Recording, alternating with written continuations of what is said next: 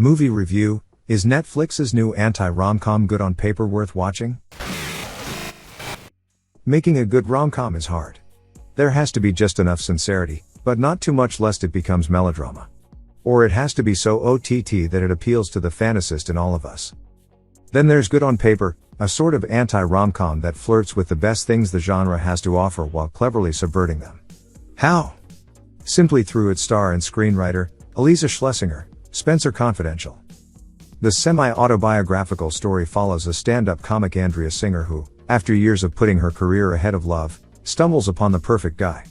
On paper, Dennis checks all the boxes, but Andrea's friend, Margaret Cho, is convinced he's not all he appears to be. Good on paper manages to borrow from a variety of genres without ever feeling like a ripoff.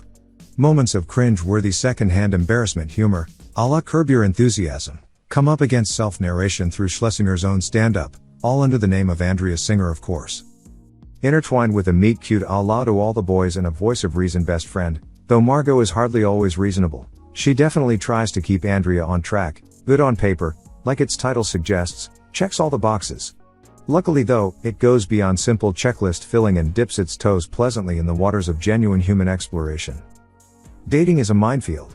The oft-quoted Margaret Atwood line "men are afraid women will laugh at them. Women are afraid men will kill them," is oft-quoted because it's true. In a world where wearing makeup can be considered catfishing while real catfishing goes on unchecked, or in good on paper's case, cuddle fishing, and our hyper-curated lives presented on social media obscure the truth of who we really are, 'cause let's be real, who doesn't love a good Instagram filter? Good on paper peels back these themes through the upfront, sometimes self-deprecating Andrea. Andrea's life isn't falling apart. On the contrary, she's pretty successful. But that isn't all she wants. She wants more, and why shouldn't she have more? She tries hard, but somehow it's just not happening for her. It's a theme that so many of us, stagnating in our lives and jobs thanks to a host of issues, can relate to. Good on paper also never heightens the stakes beyond the relatable. Unlike other anti-rom-com attempts, like the flat-out bad Desperados, its humor is also actually funny, thanks to Schlesinger's real-life comedic chops. Cho leans fully into the best friend role, but she's far from the pitiable second fiddle.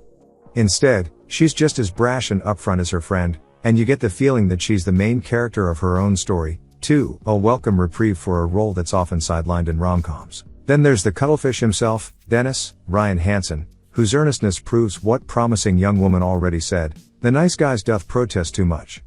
Though good on paper plays its reveal early on, we all know he's a lying scumbag, you still find yourself looking for veins of truth in the lies he spins, which reminds us all that we're, well, human.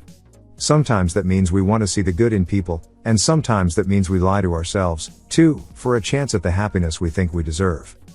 Good on paper tells us to shoot for the moon, and even if you miss, forget the stars, shoot for the moon again because you deserve the damn moon.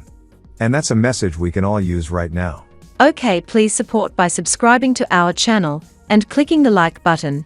See you in the next video.